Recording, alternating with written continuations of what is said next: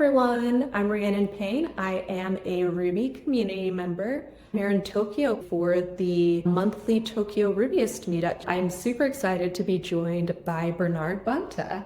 Bernard and I met last week at the Ruby World Conference in Matsue, where he was a keynote speaker. He is also the CTO and co-founder of FinPlus, as well as the chairman and organizer of the African Ruby community, which produces amazing events like RubyConf Africa. Yeah.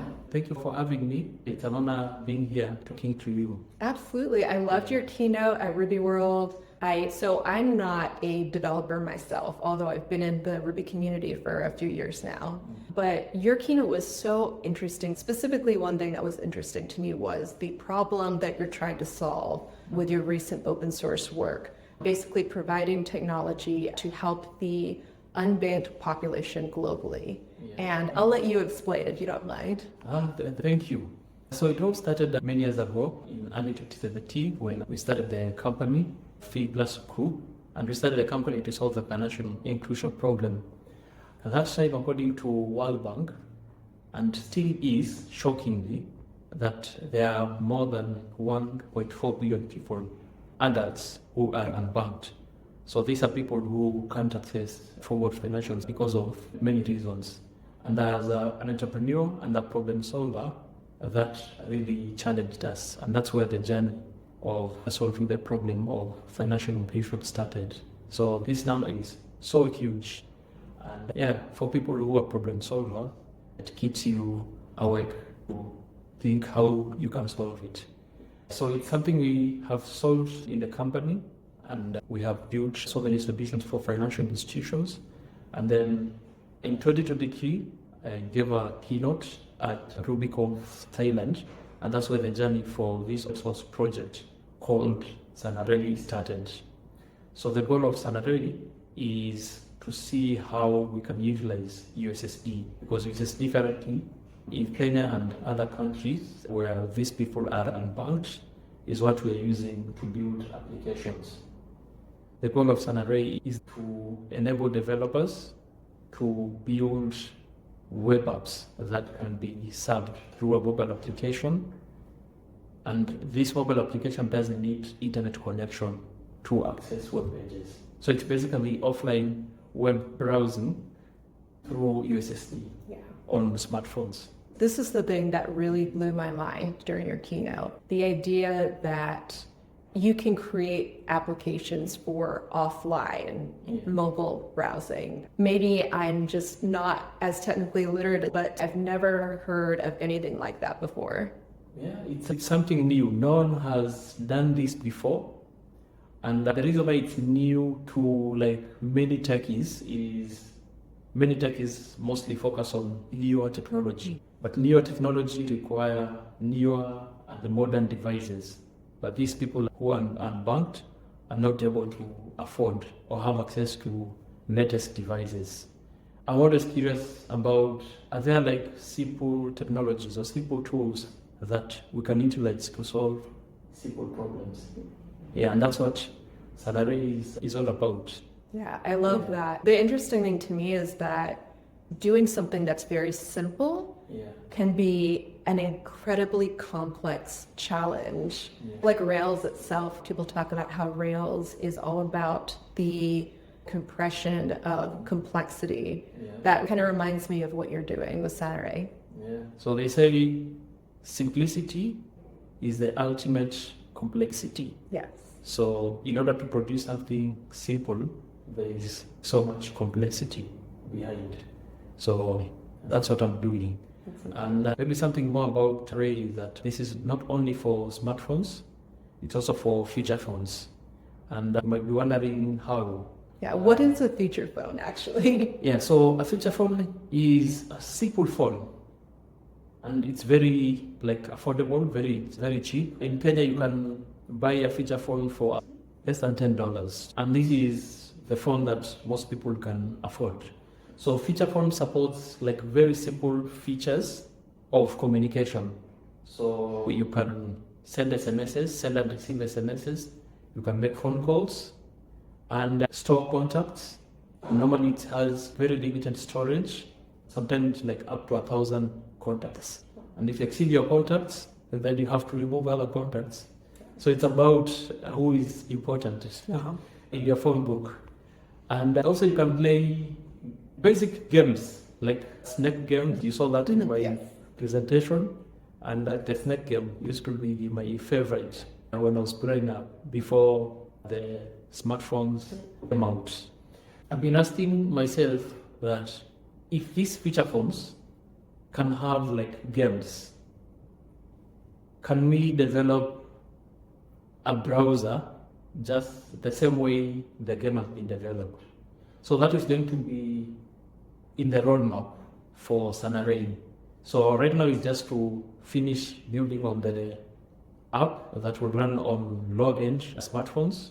And then the next step is building an app for feature phones.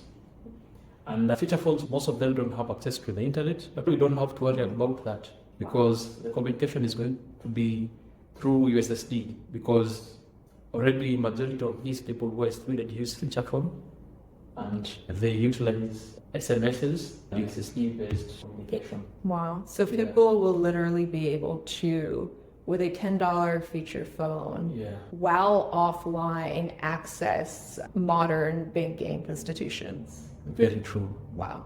I think that is just one of the coolest things I've heard in a while.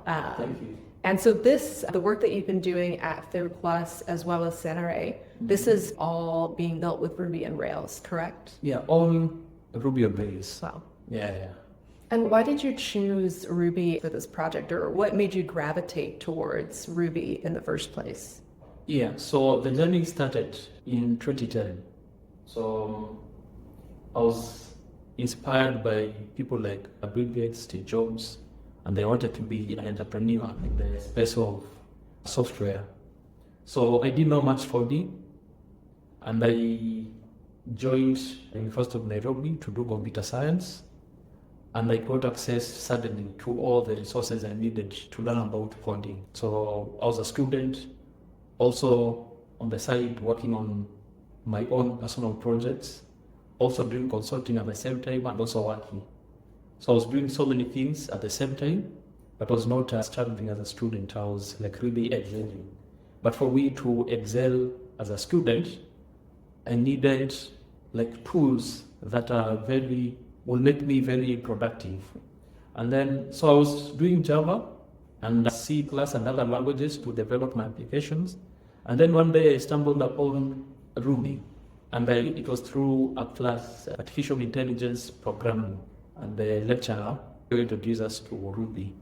And he introduced us, so the documentation that he shared was our Wikipedia, that you can get, through one page, you get like a full overview of Ruby. So that was amazing. And the journey for Ruby started then, for me. Started developing with Ruby, then started the community. It was a small user group in the university. Many people started attending, many people from companies started attending. And that's what grew to be what African Ruby community is. And because of that simplicity, agility, and also the speed of developing, that's why I chose Ruby from the beginning. And everything I'm doing right now is on Ruby. I might use other tools here and there, but depending on what they're able to achieve. But the primary one is Ruby. I have so many questions I want to ask you, specifically about the African Ruby community and RubyConf Africa. But first, I wanted to talk a little bit about your experience here in Japan. So this video series that I just started working on, the idea originated when I bought my ticket to Ruby World, which is very much a Japanese conference. I think your keynote and maybe one other talk was in English at this conference. I would guess that 97% of the attendees were Japanese.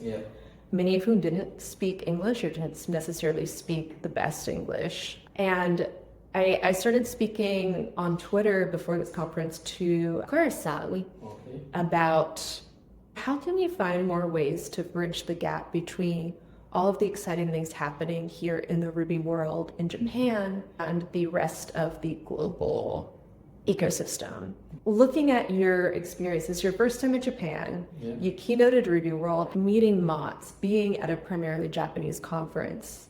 What was that like? Yeah, it was amazing. And I really wanted to connect with the Japanese community, which is a journey that I started a couple of years ago in 2023. So for me, the way I view the communities, like globally, that is the US community, that mostly where Rails was created, and the Japanese, who mostly focus on Ruby, where Ruby was created. So I really wanted to connect to the two. And in 2023, I got an opportunity to do a keynote at RubyConf Thailand. And that's why I met Mats for the first time. Great. Yeah. And I was a bit hesitant initially to approach Mats because I viewed him like this is someone great, someone amazing who has done an amazing job. So just how you fear, or I don't know how to call it, with celebrities. Like a starstruck? Yeah.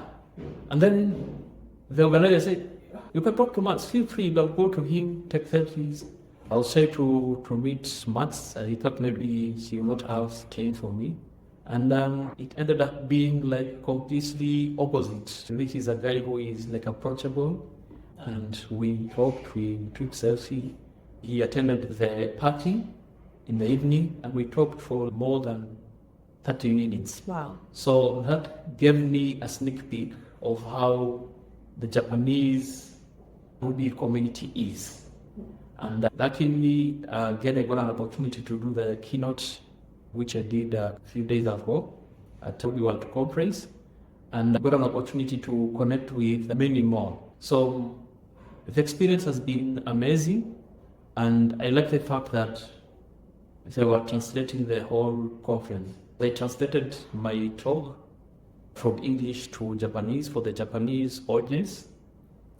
And then when I was listening to other talks, I had a device and they were translating the talks, so I was able to follow.